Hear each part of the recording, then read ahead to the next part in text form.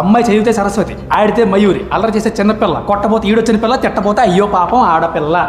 అదే మమ్మల్ని వెధవ అన్నారా, వెధవ అంట్ల వెధవ, దిక్కుమాలి వెధవ, అడుక్కు తిన్న వెధవ.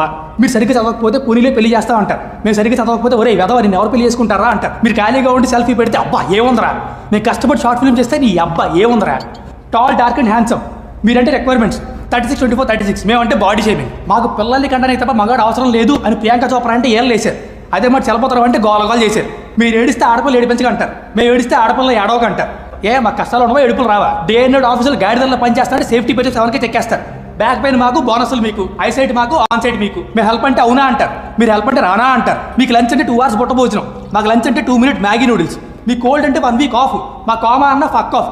ఏమన్నా అంటే we gov birth to you. మా పార్టిసిపేషన్ లేదా? మీరు ఏమన్నా మొక్కలా?